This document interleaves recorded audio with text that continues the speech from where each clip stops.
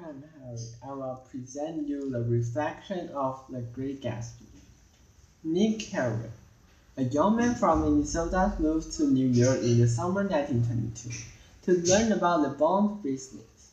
He rents a house in the West Egg district of Long Island, a wealthy but unfashionable area populated by the new rich, a group who have made their fortunes too recently to have established social connections and who are prone to garish displays of wealth. Nick's next-door neighbor in West Egg is a mysterious man named Great Gatsby, who lives in a gigantic Gothic mansion and throws extravagant party every Saturday night. Nick is unlike the other inhabitants of West Egg. He was educated at Yale and has social connections in East Egg, a fashionable area of Long Island, home to the established upper class. Nick drives out to East Egg one evening for dinner with his cousin Daisy Buchanan and her husband, Tom, an erstwhile classmate of Nick's at Yale.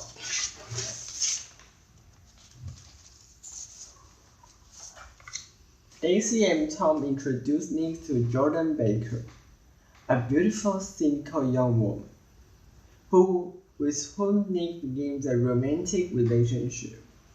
Nick also learns a bit about Daisy and Tom's marriage.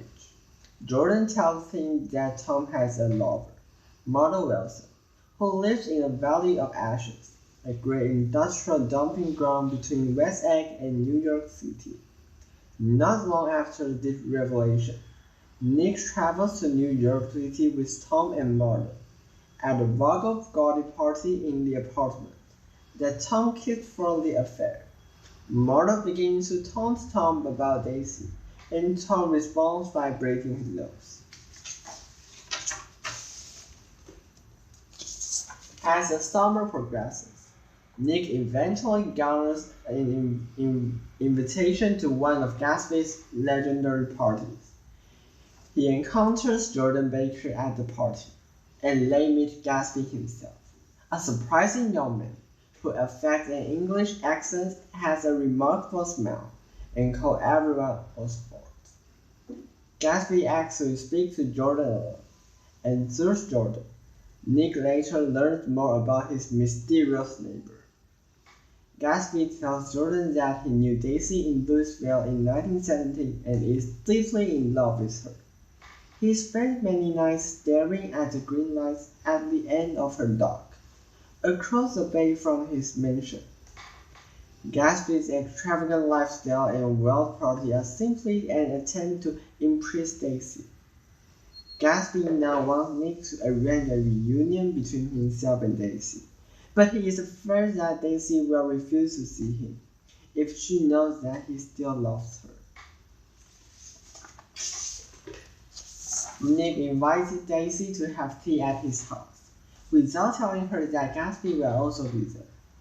After an initially awkward reunion, Gatsby and Daisy re-establish their connection. Their love rekindled. They begin an affair.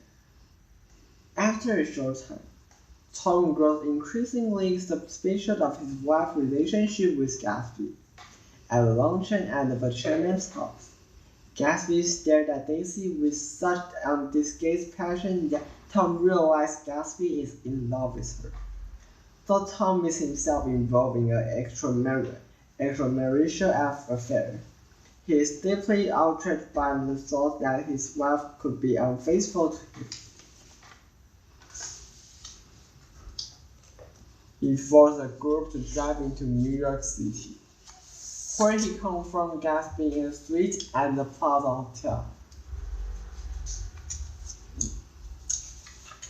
Tom asserts that he and Daisy have a history that Gatsby can never understand, and he announced to his wife that Gatsby is a criminal.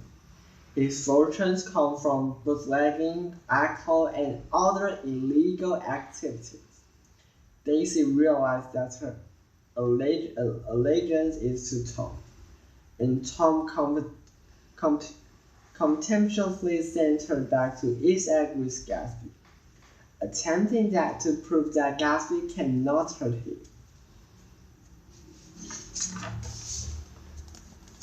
When Nick, Jordan, and Tom drive through the Valley of Ashes, however, they discover that Gatsby's car has struck and killed Marlo, Tom's lover.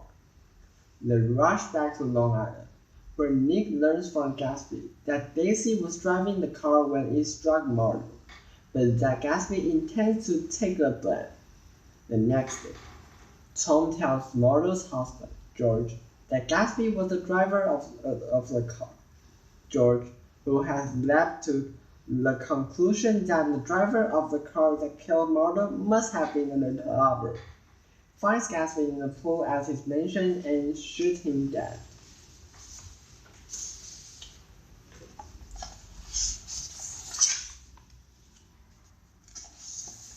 Nick staged a small funeral for Gatsby, ends his relationship with Jordan, and moves back to the Midwest to escape the disgust he feels for people surrounding Gatsby's life, and for the emptiness and moral decay of life among the Ross on the East Coast.